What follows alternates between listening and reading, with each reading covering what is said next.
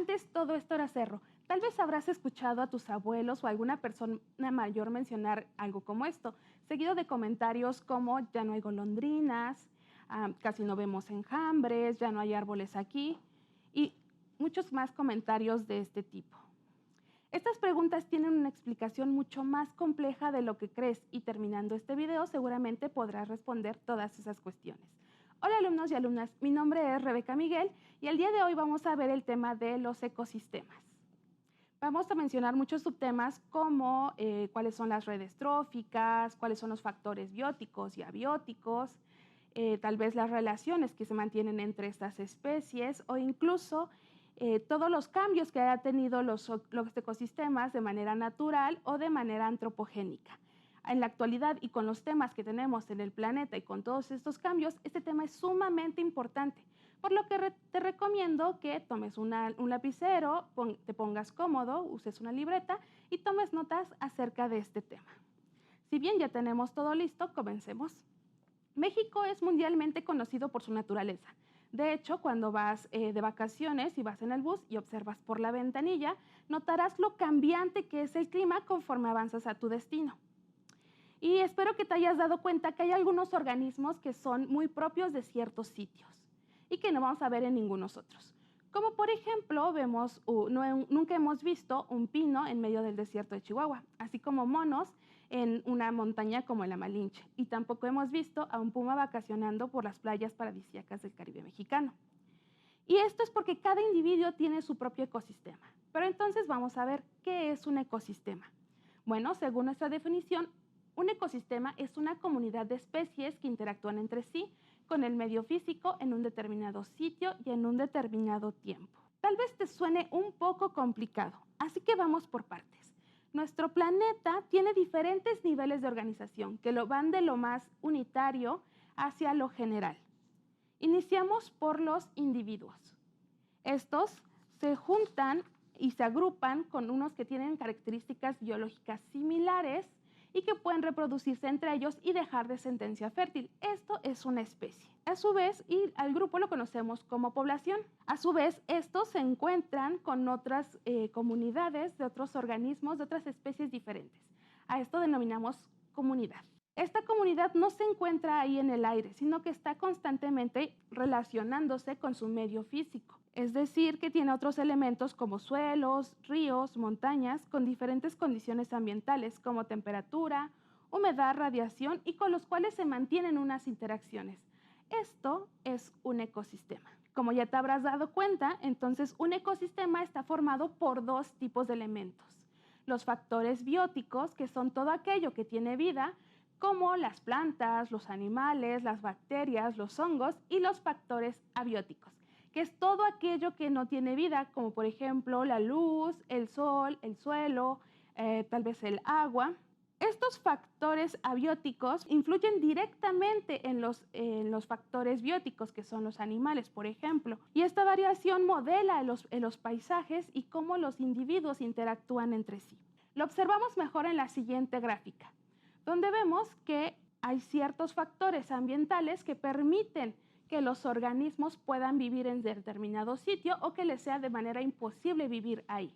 Por ejemplo, tenemos al puma, donde no puede vivir o no estaría muy cómodo viviendo en una zona que es una playa, donde la temperatura es mucho mayor a la montaña, que es donde se encuentra.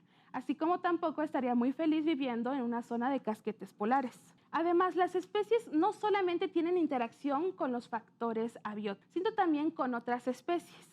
Estas interacciones pueden ser de dos tipos. Las interacciones interespecíficas, que ocurren entre especies diferentes, y las intraespecíficas, que ocurren con organismos de la misma especie. Además, estas pueden ser de manera positiva, negativa o neutra. Vamos a ver un ejemplo como el de la simbiosis. Es cualquier relación estrecha entre dos especies sin la necesidad de que sea ventajosa para ambas o continua en el tiempo. Si nosotros queremos ser más específicos, tenemos, por ejemplo, al mutualismo, en el que ambas especies son beneficiadas por su relación. Tenemos el claro ejemplo de los colibríes, los cuales se alimentan de las flores y mientras se alimentan se llenan de polen, que lo llevan hacia otra planta o a otra flor. y entonces genera la polinización y podemos obtener muchas más flores.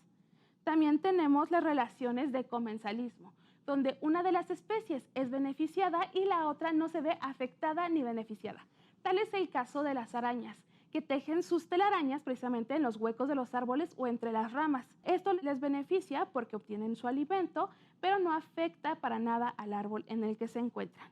También tenemos al parasitismo, que tal vez lo habrás escuchado antes, y se refiere a las relaciones donde una especie sale beneficiada y una perjudicada. No podemos poner mejor ejemplo que los piojos, las pulgas e incluso algunas moscas que viven sobre algunos mamíferos. Y mientras estos bichos obtienen alimento y refugio, pues el mamífero ve mermada su salud a largo plazo. Otra relación más y de la que seguramente habrás escuchado es la depredación, que consiste en que una especie captura a otra. Y esta relación de depredación es la base fundamental de todas las redes tróficas. Entonces podemos definir a una red trófica como una rama que representa las múltiples relaciones alimentarias que se dan en un ecosistema. Puede decirse que está constituida por varias cadenas tróficas, que son representaciones lineales de dichas relaciones. Pero volvamos a lo básico. Si imaginamos un ejemplo muy sencillo, podemos decir que las plantas son la base de la cadena y son consumidas por algún conejo, que a su vez es consumido por un zorro y que posteriormente al morir pues será degradado por algunos hongos y le regresarán nuevamente al suelo, iniciando así lo que es la cadena trófica. Entonces tenemos en la base a los productores, que son organismos autótrofos, es decir, que son capaces de producir su propio alimento. Además de que durante esta producción, que es la fotosíntesis, también se obtiene el oxígeno, lo cual nos beneficia pues a todos nosotros. Consumidores primarios son los organismos heterótrofos, es decir, que no pueden producir su propio alimento y tienen que obtenerlo de alguna manera, es decir, consumiendo a los organismos productores. Después tenemos a los consumidores secundarios, que son los organismos a los cuales pueden consumir tanto a los consumidores primarios como a los mismos consumidores secundarios. Seguimos con los consumidores terciarios, los cuales pueden consumir tanto a los secundarios como a los primarios, y estos apenas sí tienen algún depredador, por lo cual se encuentran en la cima de la pirámide. Posteriormente también tenemos a los organismos descomponedores, y es aquí donde terminamos precisamente estas cadenas tróficas. Estos organismos que son descomponedores pueden ser bacterias y hongos, que lo que hacen es que cuando un organismo muere, pues prácticamente estos se encargan de degradar a este organismo. La materia orgánica se vuelve materia inorgánica y entonces regresa hacia el suelo, y los organismos productores, que son nuestras plantas, pueden volver a retomar esa materia para generar nuevamente glucosa, energía, y que podamos continuar esta cadena. Ahora, si bien recuerdas, no hablábamos precisamente sobre cadenas tróficas, sino sobre redes, y esto lo hace un poquito más complejo. ¿Recuerdan entonces a la planta, que es consumida por un conejo y después es consumida por un zorro y al final se muere? Bueno, si hablamos de redes tróficas, tenemos que tomar en cuenta que la planta no solamente es consumida por ese conejo, puede también ser consumida por un grillo, que a su vez puede ser comido por una rana, y que esta rana va a ser consumida por una serpiente, pero que esta serpiente también estará entrando en competencia por el zorro por ver quién se come antes al conejo. Y entonces lo que veíamos como algo tan sencillo termina viéndose como algo como esto, donde vemos un montón de relaciones en las cuales se consumen unos a otros y en donde también hay competencia por ver quién se come a quién. Con esto podemos ingresar dos términos nuevos a nuestra clase, que es el nicho ecológico, que es la función que desempeña una especie determinada en el ecosistema, y no se refiere precisamente a ese espacio físico, sino a todas las condiciones físicas, biológicas y químicas que requiere esa especie precisamente para encontrarse en esa zona. También tenemos el hábitat, que como tal sí es el espacio físico en donde obtenemos o donde podemos encontrar a esta especie. Por lo que en un ecosistema varias especies pueden compartir el mismo hábitat, pero en ningún momento podrán ocupar el mismo nicho ecológico. Ahora bien, con toda esta información, te habrás dado cuenta que la materia tiene un movimiento cíclico. Es decir, que realmente esta materia va a reciclarse. Los productores pues van a generar energía, van a obtener la energía del sol, van a generar la fotosíntesis en los cloroplastos de las células y entonces esta va a formar energía química que va a ser consumida por otro organismo y cuando este organismo vaya a ser consumido otro, esta energía y esta materia va a ir pasando de uno a otro hasta que estos mueran. En cambio, la energía es un proceso unidireccional, es decir, que esta no va a ser la misma energía con la que empezamos el ciclo que con la que terminamos. Observamos que la mayor cantidad de energía en el ambiente es proporcionada por el sol, que es aprovechada por los productores en la fotosíntesis y es transformada en energía química. Y esta energía, como va a ser consumida por otros organismos, consumidores primarios, consumidores secundarios y consumidores terciarios, que además tienen metabolismo, pues va a ser disipada en el ambiente a forma de calor. Por lo tanto, la energía con la que iniciamos no es la misma que con la que terminamos. Ahora bien, entonces te preguntarás qué tienen que ver los pumas, los conejos, la fotosíntesis y las cadenas tróficas en tu vida diaria. Pues la respuesta es mucho. Imaginemos tu fruta favorita. ¿Qué tal una manzana? Ahora, para que esa manzana haya llegado a tus manos, primero tuvo que haber pasado por un proceso. Primero tuvo que haberse encontrado en un medio natural, es decir, en algún ecosistema. Entonces la planta desde muy pequeña tuvo que tomar los minerales del suelo, que tuvo que mandar, al igual que agua, a través de su sistema hasta llegar a las hojas, que es la parte fotosintética de la planta. Ahí los cloroplastos realizan la fotosíntesis y transforman esa parte en glucosa, que va a cubrir a la planta y que además nos va a dar oxígeno. Después, esta planta va a crecer, gracias a estas funciones, va a crecer y va a entrar en un estado reproductivo. Pero para esto van a salir las flores. Estas flores tuvieron que ser polinizadas antes por otros animales, como los murciélagos, los colibríes, las abejas, y cuando ya terminó esta polinización, se va a generar los frutos. Precisamente esos frutos que la planta trató de hacer muy atractivos para ti, invirtiéndole gran cantidad de energía y gran cantidad de azúcares. Tú vas a tomar la fruta, vas a comerla y mientras lo vas comiendo seguramente vas a escupir esas pequeñas semillas y entonces van a caer en la tierra para que vuelvan a germinar y así continuar este ciclo. Los ecosistemas entonces nos proveen de múltiples recursos y servicios que benefician al ser humano. Hay un tipo de servicio al que nosotros conocemos como regulación de servicios. Y para explicarte este proceso te voy a hablar de uno de los animales que a mí me encanta y con los cuales he trabajado durante hace años, que son los murciélagos. Estos bichos son comúnmente mencionados y en general por personas porque los han visto tal vez en algunos dibujos de Halloween, pero en realidad son muy poco conocidos, pero que ofrecen múltiples servicios a los ecosistemas. Tenemos a los murciélagos polinizadores, los cuales ayudan a que tengamos más frutos como guayaba, plátanos y jitomate. También tenemos a los murciélagos insectívoros que precisamente son depredadores de plagas. Ellos se comen exactamente a todos los mosquitos que nos pueden picar y que nos molestan. Así también evitamos picaduras y que puedan transmitirnos alguna enfermedad como el dengue o chikungunya. Y también tenemos a los murciélagos frugívoros, los cuales apenas ven una fruta que les gusta, la toman y se dirigen hacia otro árbol, dejando todo ese camino lleno de semillas.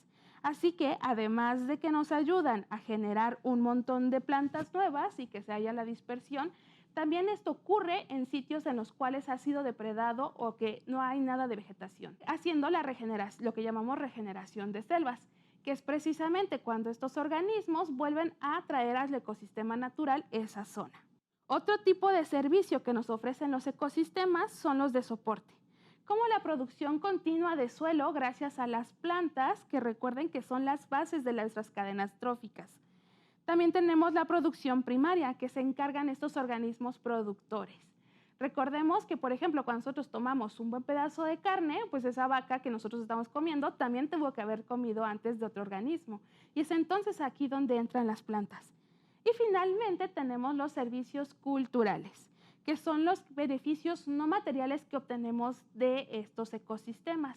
pero que también son muy importantes porque ayudan al enriquecimiento espiritual y al desarrollo cognitivo, la reflexión, la recreación y las experiencias estéticas. Hoy en día hay localidades y comunidades alejadas de las urbanizaciones que han visto oportunidad ofreciendo estos servicios de ecoturismo, como la pesca, el campismo, el ciclismo de montaña, observación de aves, entre otros. Con este tipo de turismo no solamente ganan las personas que disfrutan de la naturaleza, sino que hay personas en las comunidades que cobran por estos servicios y toda esa economía es invertida nuevamente en estos ecosistemas para invertir en su cuidado y en su conservación. Y entonces, como habrás notado después de todo esto, habrás visto que estos ecosistemas tienen un equilibrio muy pequeño y que es muy fácil de romper. Las causas pueden ser alteraciones naturales, como cuando en las playas de Quintana Roo llega el sargazo. El sargazo es un alga que es un proceso natural y que llega a las costas y que las ensucia.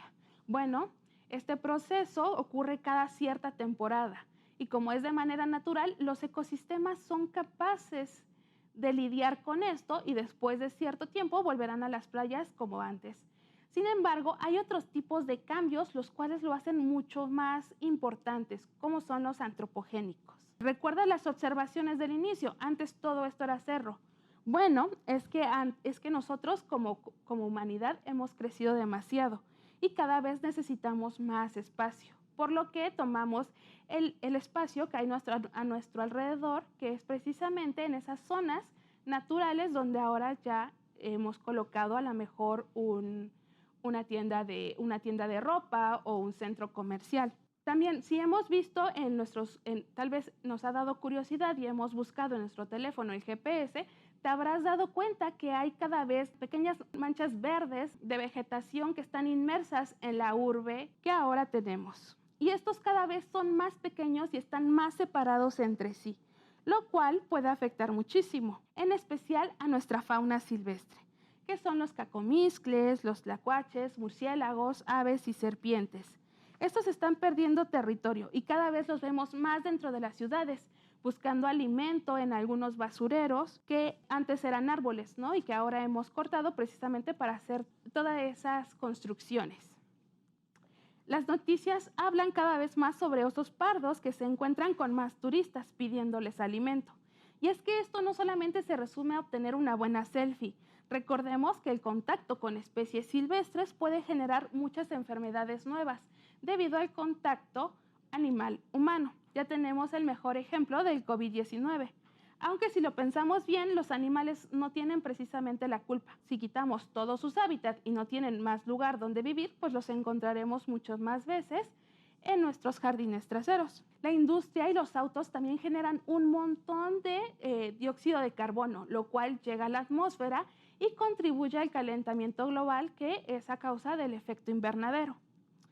Y esto nos da como consecuencia un montón de huracanes que tratan de regular la temperatura de la Tierra, que las lluvias no sean tan abundantes en ciertos sitios, pero que inunden otros. Y el deshielo hace que precisamente algunas islas ya desaparezcan totalmente y que algunos osos polares que habitaban en esa zona ahora se hayan desplazado a otros sitios y los encontremos, por ejemplo, comiendo basura al norte de Rusia. Somos cada vez más personas y necesitamos alimento, por lo que las selvas son deforestadas y cambiadas a extensos cultivos y potreros, como la selva de Indonesia, que ha sido devastada, dejando sin hogar a tigres, orangutanes, serpientes y aves, para hacer los que se llaman las plantaciones de coco, de los cuales obtenemos el aceite de coco, que es uno de los aceites más baratos y con los cuales hacen todas esos paquetes de comida que nosotros tanto disfrutamos. Ahora sabemos que los ecosistemas importan, que estamos de hecho inmersos en uno y que todas las acciones que nosotros realizamos tienen consecuencias en estos. ¿Qué tal te ha parecido el tema de ecosistemas hasta ahora? Apuesto que no habías pensado que fuera tan complejo, pero ahora todo lo verás poco a poco diferente. Y para que esa información que te he proporcionado sea de mayor utilidad, te invito a que realicemos la siguiente actividad juntos. Un ecosistema puede ser algo muy grande, como por ejemplo un trozo de sabana del África, o algo muy pequeñito, como apenas un pequeño pedazo de un suelo en medio del bosque. Por lo que no tendrás que viajar muy lejos para poder encontrar un ecosistema. Te mostraré 3 fotografías, las cuales fueron tomadas en algunas partes de mi casa. Ahora bien, tu trabajo será anotarme todos los factores bióticos, así como las relaciones que encuentres entre ellos de cada una de estas fotografías. Seguramente encontraste muchísimos factores bióticos y abióticos, igual que muchas interacciones posibles entre ellos. Pero vamos a revisar cada una de estas fotografías. En la primera observamos parte de mi jardín y como elementos bióticos encontramos los árboles, donde seguramente hay algunos bichitos por ahí alimentándose. También observamos algunas aves, algunos árboles y seguramente muchos insectos, arañas, caracoles y algunos otros elementos más de este tipo. También tenemos elementos abióticos, como puede ser el pH del suelo, las rocas, como tal la radiación solar, la misma luz, etcétera. Y podemos suponer un montón de relaciones entre estos.